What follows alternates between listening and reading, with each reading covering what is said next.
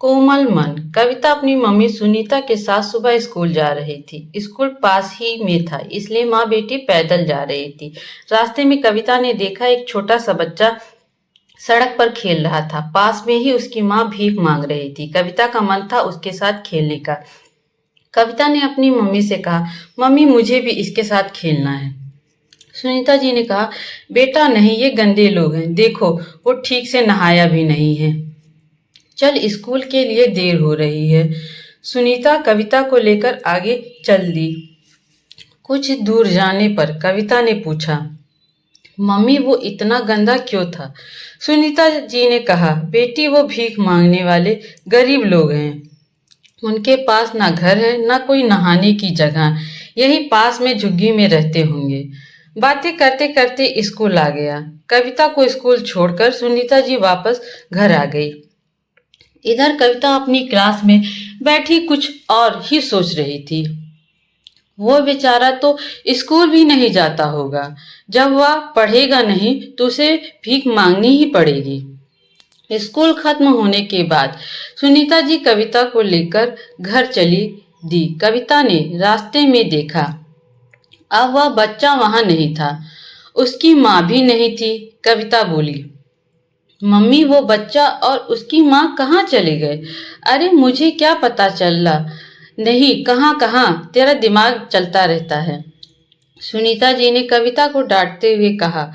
घर आकर भी कविता उस बच्चे के बारे में सोचती रही। अगले दिन सुबह कविता अपनी मम्मी के साथ स्कूल जा रही थी। तभी उसे एक जगह भीड़ दिखाई दी। सुनीता जी ने पूछा तो किसी ने बताया, बेचारी भिखारिन सुबह भीख मांग रही थी।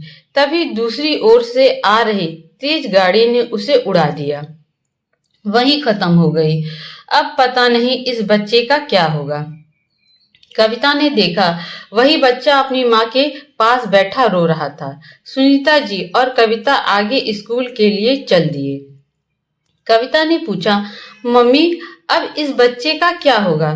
सुनीता ने कहा, बेटा अभी पुलिस वाले आएंगे, उसे ले जाएंगे, बाद में उसे किसी अनाथ आश्रम में छोड़ देंगे। कविता को कुछ समझ नहीं आया। वह बहुत कुछ जानना चाह रही थी, लेकिन तभी स्कूल आ गया। दोपहर को स्कूल से आते समय कविता ने देखा वहां कोई नहीं था। घर आकर कविता ने खाना भी नहीं खाया। शाम को उसके पापा राकेश जी आए तो कविता ने कहा, पापा वह जिस लड़के के बारे में मैंने आपको कल बताया था, आज उसकी माँ मर गई। पापा क्या हम उसे अपने साथ नहीं रख सकते? वह बेचारा तो स्कूल भी नहीं जाता है। राकेश जी ने कहा, नहीं बेटा, ऐसा कैसे हो सकता है? हम उसे अपने साथ नहीं रख सकते। पता नहीं कौन है। कविता के मन पर उस बच्चे ने गहरी छाप छोड़ी थी। उसने खाना भी नहीं खाया। सुनीता जी और राकेश जी ने उसे समझाने की बहुत कोशिश की, लेकिन उसका मन उस बच्चे को अपने साथ रखने के लिए बेचैन था। रात के समय कविता को बुखार हो गया। उसका कोमल मन बहुत विचलित था।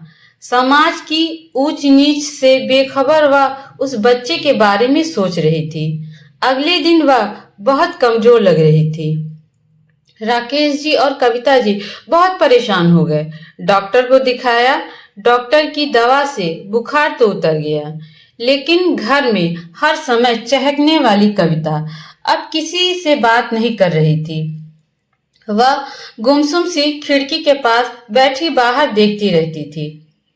राकेश जी ने सुनीता से बात की। ऐसा कब तक चलेगा? कविता बहुत कमजोर हो गई है। सुनीता जी ने कहा, मैं उसे बहुत समझाती हूँ, लेकिन वह एक ही बात पर कर रही है कि अब उस बच्चे का क्या होगा। राकेश जी ने सुनीता से कहा, हम अपनी बच्ची की खुशी के लिए उस बच्चे को गोद ले सकते हैं क्या? सुनीता जी चुपचाप रह गई। उन्हें कुछ समझ नहीं आ रहा था। कुछ देर बाद उन्होंने कहा, यह बहुत बड़ी जिम्मेदारी है, हमें बहुत सोचना होगा। राकेश जी ने कहा, मेरे लिए इस समय मेरी बेटी की खुशी से ज्यादा कुछ नहीं है। बहुत देर बात करने के बाद दोनों उस अनाथ बच्चे को गोद लेने के लिए तैयार हो गए। राकेश जी कविता के पास गए और बोले, बेटी, अगर तू मेरी एक बात माने तो हम उस बच्चे को अपने घर ला सकते हैं। कविता का चेहरा खुशी से चमकने लगा।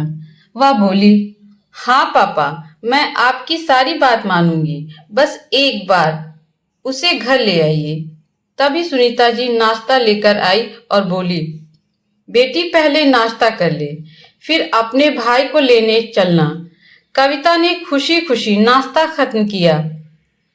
तीनों गाड़ी पर बैठकर पुलिस स्टेशन पहुंच गए। राकेश जी ने इंस्पेक्टर से बात कर अनाथ आश्रम का पता लिया और वहां पहुंच गए। अनाथ आश्रम से उन्होंने उस बच्चे को गोद ले लिया और उसे लेकर घर आ गए। नए घर में आकर उस बच्चे को कुछ समझ नहीं आ रहा था। कविता ने उससे उसका नाम पूछा तो उसने मोनू बताया।